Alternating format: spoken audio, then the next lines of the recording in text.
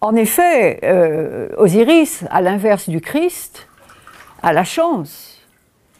Bon, il y avait des femmes autour de lui, mais enfin, rien ne nous dit qu'elles étaient... Alors que Osiris a été accompagné dans sa passion par son épouse, sœur-épouse Isis, par sa belle-sœur, en quelque sorte, Nephthys, qui, secondée par Anubis, l'embaumeur, vont œuvrer à son remembrement, vont travailler à son remembrement, puis à sa résurrection.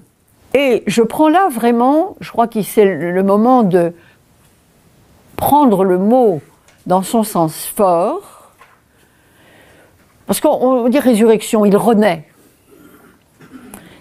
Dans la mythologie égyptienne, on vous parle bien de résurrection, mais au sens fort, c'est-à-dire il ressurgit, il se redresse. C'est tout le corps qui se redresse. Il se redresse à nouveau. Donc on pourrait dire, il se verticalise. Hein, il se verticalise. Il passe de la position horizontale du défunt à la position verticale. C'est important de rappeler qu'il y a ça derrière le mot résurrection. C'est un redressement de l'être qui retrouve la position verticale entre ciel et terre, qui est celle de l'homme, mais de l'homme en tant qu'il assume sa divinité. Et là, en l'occurrence, c'est un Dieu, mais qui va montrer à l'homme sa divinité.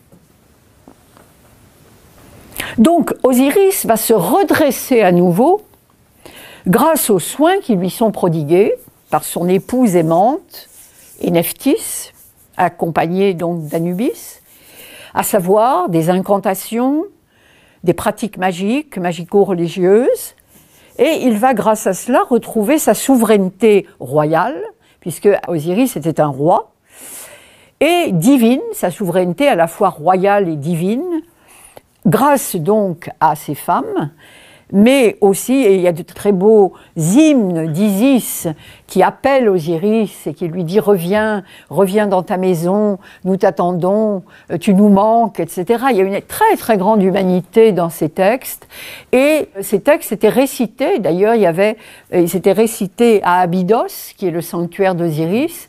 On jouait des mystères, comme les mystères chrétiens au Moyen-Âge, eh bien il y avait des mystères qui racontaient, qui mimait, c'était du théâtre, la passion et la résurrection d'Osiris. Alors, il retrouvera la souveraineté grâce à ces femmes et à son fils Horus, puisque Horus va le seconder et rentrer en combat avec Seth, c'est-à-dire celui qui l'avait démembré, ce frère qui l'avait démembré, et qui était à l'origine donc de sa mort, de son démembrement, puisque ses membres avaient été, je vous le rappelle, dispersés sur toute la terre d'Égypte, et que la quête d'Isis va consister à rassembler le corps d'Osiris, et on parle aujourd'hui de quête isiaque, hein, pour parler de cette œuvre féminine de reconstitution, n'est-ce pas, comme s'il y avait là une tâche féminine par excellence, de reconstituer, n'est-ce pas, de remembrer de manière à permettre